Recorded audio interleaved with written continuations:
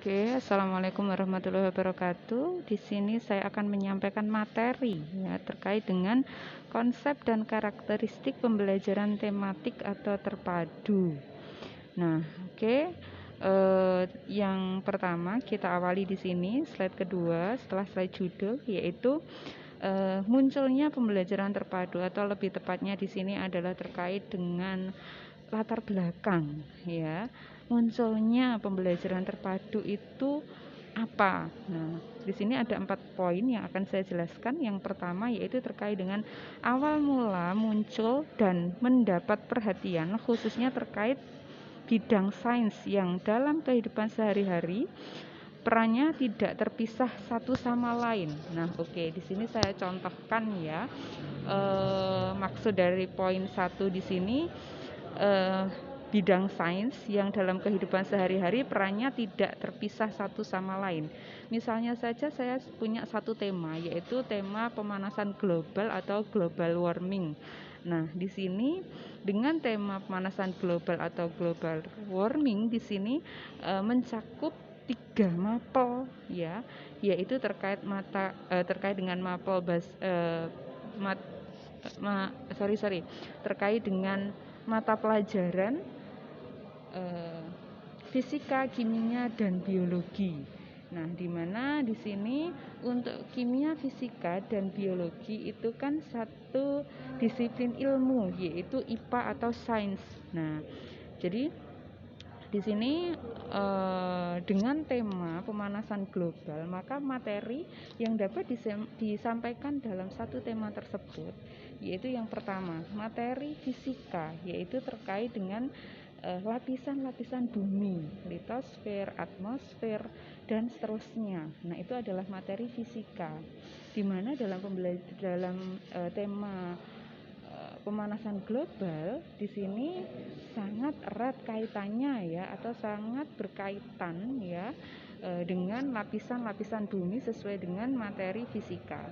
Nah, sedangkan untuk materi biologinya di sini dapat dilihat dari makhluk hidup yang terdampak. Nah, dengan adanya pemanasan global, misalnya populasi tanaman, tumbuhan yang berkurang, nah menyebabkan pemanasan global. Kemudian akibat dari pemanasan global yaitu penggundulan hutan menyebabkan hewan-hewan punah mati. Nah, kemudian bagi manusia apa? Yaitu terkait polusi udara. Nah, yang sangat berpengaruh terhadap kesehatan manusia.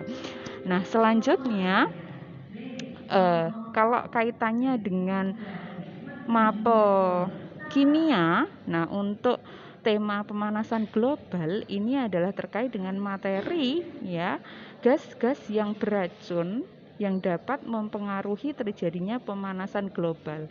Misalnya gas CO atau karbon monoksida, yang dimana di sini adalah merupakan satu gas ya penyebab terjadinya pemanasan global atau efek rumah kaca yang menyebabkan bumi terasa panas, dan itu merupakan salah satu efek dari pemanasan global. Nah, seperti itu contohnya bidang sains satu tema yaitu pemanasan global yang dalam kehidupan sehari-harinya itu perannya terkait ya, tidak terpisah satu sama lain antara materi kimia, fisika, dan biologi.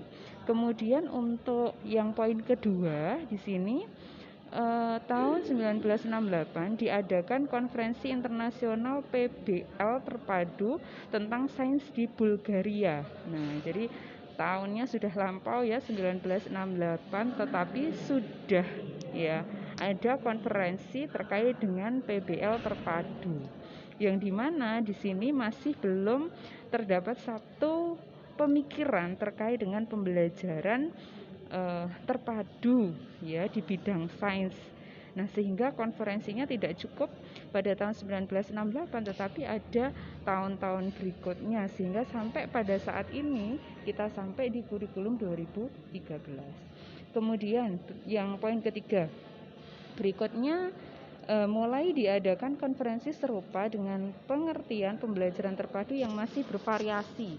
Nah, jadi konferensi-konferensi yang berikutnya setelah 1968 itu adalah konferensi terkait dengan ke satu pemikiran ya terkait dengan konsep pembelajaran terpadu itu seperti apa. Kemudian yang poin keempat di sini adalah terkait dengan munculnya 10 model keterpaduan yang saat ini banyak digunakan, yaitu karya Robin J. Fogarty. Nah, jadi si Robin Fogarty ini yang menyatakan atau yang membuat buku terkait dengan 10 model keterpaduan. Nah, seperti itu. Jadi mulai dari antardisiplin ilmu, interdisiplin ilmu, antar dan interdisiplin ilmu. Nah, sehingga muncul 10 model keterpaduan yang dikemukakan oleh Robin Fogarty yang menjadi salah satu sumber utama dalam kegiatan perkuliahan kita, yaitu terkait dengan pembelajaran tematik. Nah, kemudian kita masuk ke konsep. Nah, untuk konsep di sini, konsep pembelajaran terpadu yaitu pendekatan dalam pembelajaran yang mengkaitkan satu atau berbagai disiplin ilmu yang dirangkai dalam satu tema untuk memberikan pengalaman belajar yang bermakna bagi siswa. Nah, ada yang menyatakan bahwa pembelajaran terpadu itu merupakan pendekatan ya. Jadi dalam pendekatan ini mengkaitkan satu atau berbagai disiplin ilmu dirangkai dalam satu tema untuk dijadikan acuan dalam kegiatan belajar mengajar bagi siswa, terutama di sekolah dasar. Kemudian yang kedua, konsep pembelajaran terpadu dirintis mulai KBK KTSP 2006 dan kemudian dikukuhkan dalam kurikulum 2013.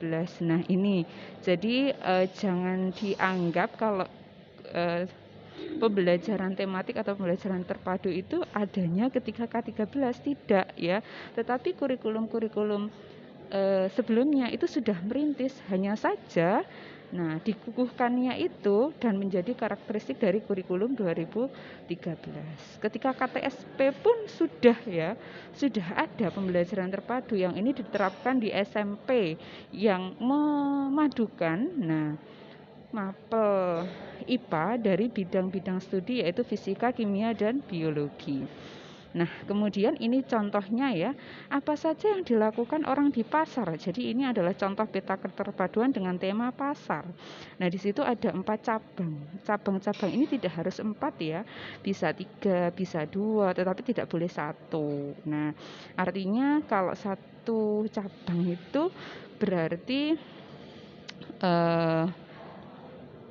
hanya satu mapel saja, kan tidak bisa dikatakan bahwa itu terpadu atau tematik. Nah, seperti itu. Jadi di sini contohnya ada 4 cabang ya terkait dengan tema pasar. Misalnya cabang pertama, misalnya di sini di sebelah kanan ya, sebelah kanan itu saya tuliskan mapel matematika misalnya, atau bahasa Indonesia dulu. Cabang sebelah kanan itu saya tuliskan mapel bahasa Indonesia, yang dimana materinya di situ terkait dengan dialog atau kalimat dialog yang digunakan di pasar ketika proses jual beli. Nah, kemudian di cabang yang bawah, tanda tanya yang bawah, itu misalnya saya tulis dengan mapel matematika terkait dengan hitungan yang digunakan dalam pelaksanaan proses jual beli di pasar. Penjumlahan, pengurangan, pembagian misalnya, dan perkalian. Kemudian yang cabang sebelah kiri, misalnya ya, di sini terkait dengan mata pelajaran IPS. Nah, misalnya IPS. Mata pelajaran IPS cakupan materinya adalah apa yang berhubungan dengan pasar, yaitu terkait dengan interaksi sosial yang ada di pasar. Bagaimana interaksi antara penjual dengan pembeli, antara penjual dengan penjual, antara pembeli dan pembeli. Nah, itu merupakan ada kegiatan sosial atau komunikasi sosial ya yang ada di pasar. Kemudian untuk yang tanda tanya di atas itu misalnya adalah terkait dengan mapel IPA misalnya, terkait dengan makanan sehat dan bergizi misalnya.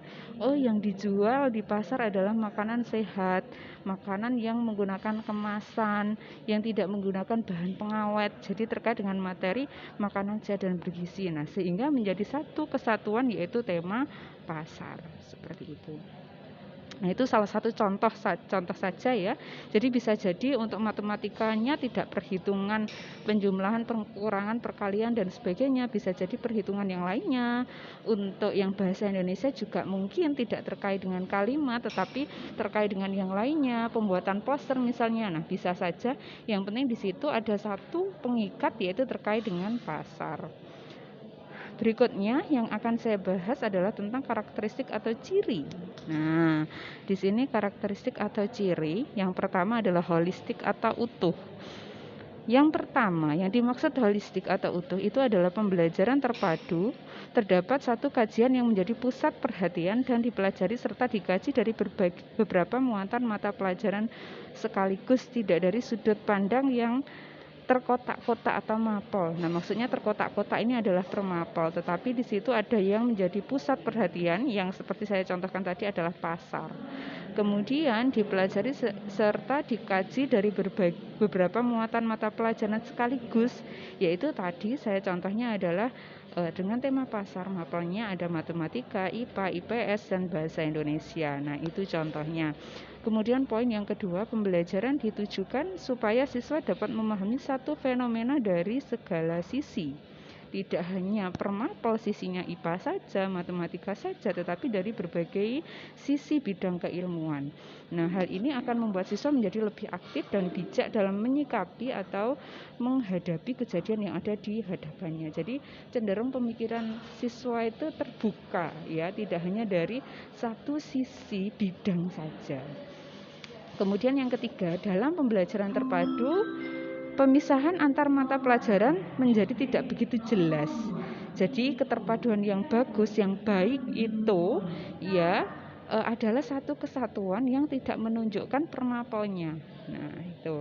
Tapi sulit ya di sini, tapi seiring berjalannya waktu dengan berlatih bisa dilakukan. Kemudian yang keempat, pembelajaran terpadu menyajikan konsep-konsep dari berbagai mata pelajaran dalam suatu proses pembelajaran. Dengan demikian siswa dapat memahami konsep-konsep tersebut secara utuh. Nah, jadi dengan adanya pemahaman atau penyajian ya konsep-konsep dari berbagai mata pelajaran dalam satu tema, maka di sini diharapkan siswa dapat memahami konsep secara utuh. Utuh di sini adalah utuh dalam satu tema. Kemudian yang kelima, pembelajaran dikaji dari 2 minimal muatan pelajaran atau lebih. Nah, ini yang sudah saya jelaskan tadi ya. Jadi minimal ada 2 mata pelajaran atau lebih. Kalau satu saja ya namanya tidak tematik atau tidak terpadu. Kemudian karakteristik yang kedua terkait dengan pembelajaran tematik yaitu bermakna atau fungsional bagi diri siswa. Nah, jadi pembelajaran yang baik itu adalah pembelajaran yang bermakna ya. Salah satu ciri dari pembelajaran tematik di sini adalah bermakna atau berfungsi bagi siswa. Yang pertama, hasil pembelajaran dapat berkembang sesuai dengan minat yang dibutuhkan siswa. Dengan demikian, siswa diberi kesempatan untuk mengoptimalkan potensi yang dimilikinya. Nah, untuk agar poin 1 ini dapat maksimal, maka kita sebagai calon guru, nah nantinya ketika merumuskan sebuah tema itu harus dikaitkan dengan kegiatan sehari-hari siswa, kehidupan siswa di lingkungan. Nah, baik di sekolah maupun di lingkungan rumah. Nah, seperti itu. Makanya kalau diperhatikan tema-tema yang ada di SD itu kan cenderung sangat erat dengan kehidupan siswa. Misalnya cita-citaku, makanan sehat dan bergizi, kemudian terkait dengan terkait dengan masih banyak lagi ya, cita-citaku, oh ya sudah tadi cita-citaku, kemudian makanan sehat dan bergizi, kemudian terkait dengan disiplin dan sebagainya. Kemudian yang kedua, pembelajaran yang memadukan dari segala konsep yang diperoleh siswa dan keterkaitan dengan konsep-konsep lain yang sudah dimilikinya akan menambah bermakna konsep yang dipelajari.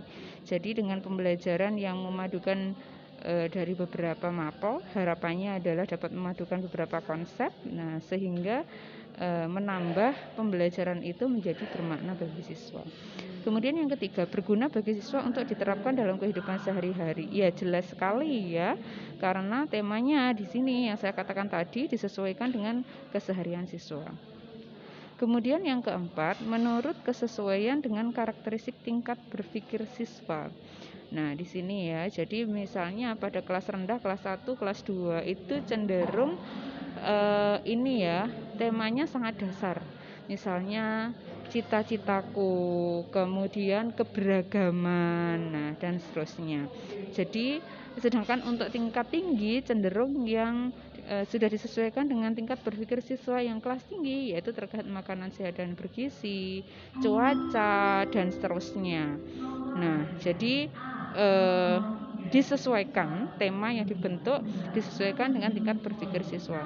Kemudian yang kelima, pembelajaran terpadu bersifat luas atau fleksibel sebab guru dapat mengkaitkan bahan ajar dari satu mata pelajaran dengan mata pelajaran yang lain, bahkan dengan kehidupan siswa dan keadaan lingkungan di sekolah. Nah, ini sudah saya singgung ya tadi. Kemudian karakteristik atau ciri-ciri lanjutan. Nah, di sini lanjutan jadi ciri ketiga ya ini. Ciri ketiga yaitu otentik, kegiatan secara langsung atau konkret. Yang pertama, pembelajaran terpadu memungkinkan siswa belajar secara langsung konsep dan prinsip yang ingin dipelajari. Nah, di situ ya. Jadi karena temanya disesuaikan dengan keseharian siswa, maka di sini siswa belajar secara langsung konsep dan prinsip yang ingin dipelajari sesuai dengan tingkat berpikir siswa, lingkungan siswa dan sebagainya. Yang kedua, dari pembelajaran siswa secara otentik, siswa dapat memahami konsep dari hasil belajarnya sendiri. Jadi bisa merasakan ya dampaknya. Oh, ternyata cita-cita itu dari ada banyak ya, ada yang dokter, guru dan sebagainya. Oh, saya ingin menjadi guru karena guru itu mengajar dan sebagainya. Nah, misalnya seperti itu. Dari hasil interaksi fakta dan peristiwa, bukan sekedar hasil pemberitahuan dari guru. Nah, seperti itu. Kemudian kalau terkait contoh yang lainnya, misalnya tema cuaca. Nah, di situ siswa jadinya ini bisa interaksi langsung dengan fakta, yaitu memperhatikan, oh sekarang cuacanya panas, berarti musim kemarau. Nah, itu yang dinamakan otentik ya, secara langsung dan konkret. Kemudian yang ketiga, guru lebih bersifat sebagai fasilitator dan katalisator, sedangkan siswa sebagai aktor pencari informasi dan pengetahuan. Nah, jadi di sini siswa jauh lebih aktif ya, karena kan yang bisa menghubungkan kan siswa sendiri, yang bisa merasakan hasilnya, pengamatannya itu kan siswa. Jadi guru hanya mengarahkan. Kemudian untuk ciri yang keempat, aktif. Nah, jadi dengan pembelajaran tematik di sini menuntut siswa untuk aktif baik secara fisik, mental, emosional, hasrat, minat dan motivasi. Nah, yang poin pertama di sini pembelajaran terpadu ini lebih menekankan pada penerapan konsep belajar sambil melakukan sesuatu atau learning by doing. Nah, jadi karena karakteristik dari pembelajaran tematik di sini adalah siswa itu aktif ya sebagai atau berperan aktif ya dalam kegiatan belajar mengajar, sedangkan guru hanya fasilitator, maka di sini dalam kegiatan pembelajaran siswa cenderung selalu melakukan aktivitas, tidak hanya mendengarkan ceramah saja. Kemudian yang ketiga, melibatkan siswa secara aktif dalam proses pembelajaran. Ya, jelas ya. Jadi siswa diberi buku siswa atau LKPD yang dimana di situ berisi tentang kegiatan pembelajaran yang bisa dilakukan secara mandiri di kelas. Kemudian yang ketiga, siswa lebih otonom dalam belajar. Nah, kemudian model terpadu di sini menurut Robin Fogarty ada 10 ya, mulai dari fragmented sampai network, di mana di sini untuk fragmented, connected dan nested. Nah, ini adalah model keterpaduan yang disebut interdisiplin ilmu. Nah, jadi ini ya, dari satu disiplin ilmu. Contohnya tema sains atau IPA. Nah, itu mengikat mapel biologi, fisika, kimia. Nah, seperti itu. Sedangkan untuk di sini ada model sequence, share, web, threaded sampai integrated. Ini dikatakan antar disiplin ilmu. Jadi ini yang bisa diterapkan di sekolah dasar. Nah, dari berbagai bidang ilmu, bahasa Indonesia dengan IPA, dengan matematika, dengan IPS. Nah, itu. Kemudian yang terakhir adalah interdisiplin dan antardisiplin, gabungan dari keduanya, yaitu model immersive dan model network. Nah, di sini jadi bisa jadi model connected, di sini dikaitkan dengan web. Nah, sehingga menjadi immersive atau network. Nah, seperti itu. Jadi gabungan antara interdisiplin dan antardisiplin. Nah, nanti akan kita bahas satu persatu ya, sesuai dengan jadwal yang sudah di RPS tadi. Kemudian, nah ini ya, tugas kelompok dan presentasikan. Nah, jadi di sini kalau membuat presentasi acuannya adalah di slide kedua yang terakhir. Apa saja yang perlu disiapkan dalam presentasi mengenai konsep umum model keterpaduan. Misalnya konsep umum model keterpaduan fragmented. Yang kedua, cocok diterapkan untuk situasi pembelajaran yang seperti apakah untuk model fragmented itu. Kemudian yang ketiga adalah kelebihan dan kekurangan model fragmented. Yang keempat adalah contoh perpaduan dalam bentuk skema atau gambar yang nanti harus dijelaskan. Nah, seperti itu. Jadi minimal ada 4 hal di sini yang harus dipresentasikan per kelompok sesuai dengan pembagian model keterpaduan yang berbeda. Nah, di sini tambahan ya, di sini bahan untuk diskusi. Pertanyaan pertama, menurut kalian apakah pengertian dari pembelajaran yang bermakna? Karena pembelajaran yang bermakna itu sangat penting ya dalam kegiatan pembelajaran. Salah satu pembelajaran yang bermakna itu menggunakan pendekatan pembelajaran tematik. Yang kedua, apa pengertian dari pembelajaran yang menyenangkan? Nah, pembelajaran yang menyenangkan ini nanti adalah salah satu contoh pembelajaran bermakna. Ketika pembelajaran itu menyenangkan, maka bermakna ya bagi siswa. Ketiga, bagaimanakah bentuk kegiatan belajar yang berpusat pada siswa? Nah, di sini bagaimana contoh bentuknya pembelajaran yang berpusat pada siswa, karena pembelajaran tematik di sini adalah berpusat pada siswa. Oke, itu saja materi kita hari ini. Semoga bermanfaat. Mohon maaf jika ada kekurangan atau kelebihan yang saya sampaikan. Selamat belajar untuk hari ini. Wassalamualaikum warahmatullahi wabarakatuh.